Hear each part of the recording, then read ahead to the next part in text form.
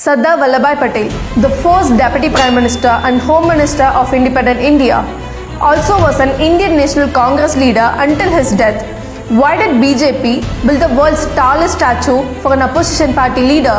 Above all, he was the one who banned RSS in the past. Why would Prime Minister Narendra Modi, who was also an active member of RSS, build such a statue for someone who banned their organization? Why was it not built for Mahatma Gandhi or Nehru? What exactly Patel did to deserve such a grand statue? In 1947, we did not have the India we have right now. When the British left India, there were 584 princely states. India did not get freedom. These 584 princely states got independence. And these states had three options. Number one, joining with India. Number two, joining with Pakistan. And number three, choosing to be independent. And everything is different in these states. From the language we speak, God we worship, clothes we wear, food we eat, every single thing is different from one another. Above all, these states had a king who can absolutely rule their own kingdom. Just imagine you're a king of a state and somebody comes to you and says, you'll have to give up your kingdom and be a normal citizen tomorrow onwards. Why would anyone agree to that? It's almost impossible. That's what the Britishers thought. But one man made it possible, Sardar Vallabhbhai Patel, the man who should have been the first Prime Minister of India. India's constitution was made in 1950. Only after this, a proper election commission was formed. So in 1947, whoever was the Congress president would lead India for those 3 years. An internal committee of 15 Congress members conducted an election as to who should be the first Prime Minister. 12 of them chose Patel and 3 of them did not cast their vote. Jawaharlal Nehru did not get even a single vote. Still he became the Prime Minister. How? Because Nehru was not ready to be the second in charge. That's when Mahatma Gandhi came into the picture and convinced Patel to withdraw his nomination, which is one grave mistake that Gandhi shouldn't have made. And that mistake haunted India for more than 60 years. Gandhiji should have realized that a man who's not ready to accept a democratic election will not be giving up that position for anything when he has power.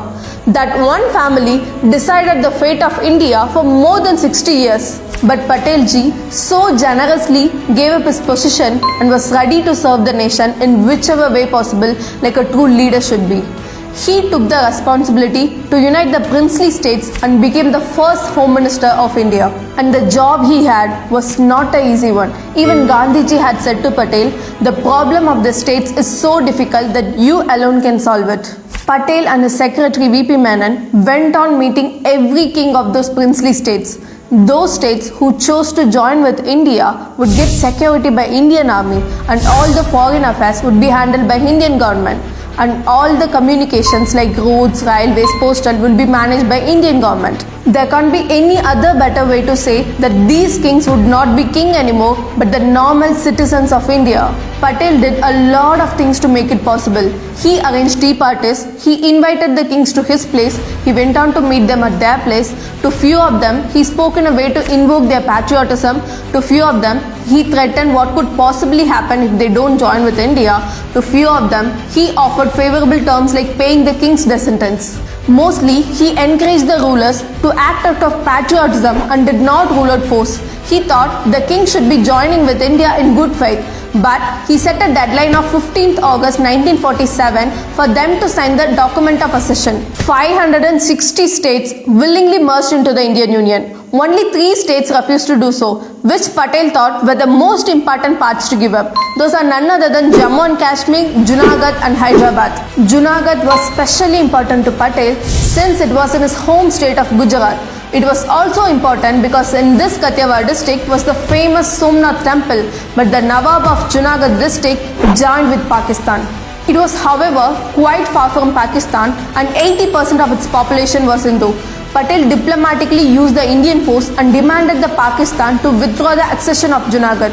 After a lot of struggles, the Nawab fled to Karachi and the Indian army took over the control of Junagadh. After this, a public voting was conducted and 99.5% of the people voted to merge with India. And then, Hyderabad was the largest of the princely states, which included parts of present-day Telangana, Andhra Pradesh, Karnataka and Maharashtra. Its ruler, the Nizam Osman Ali Khan, was a Muslim, but 80% of its people were Hindu. The Nizam wanted independence or accession with Pakistan, but he was not ready to join with India. Even after a year past independence, Hyderabad was not ready to merge with India. Meanwhile, Muslim forces called Razakas used to attack the trains that passed through Hyderabad. The trains were looted and a lot of Indian people got killed. And this was happening for a year after 1947. Letting Hyderabad to be an independent state was geographically not possible. Not only it takes away a huge part of the country, but it also separates the north from the south, which will eventually lead to losing the southern parts of the nation completely. Knowing this, Patelji said an independent Hyderabad would be a cancer in the belly of India. But Nehru was not ready to take military actions as he believed in peace and non-violence. Finally, in September 1948, Patel convinced Nehru that it's high time India stop talking and jump into action. But still Nehru was not ready to pass the orders himself. So he went on a Europe trip while Patel, as acting Prime Minister, ordered the Indian Army to invade Hyderabad.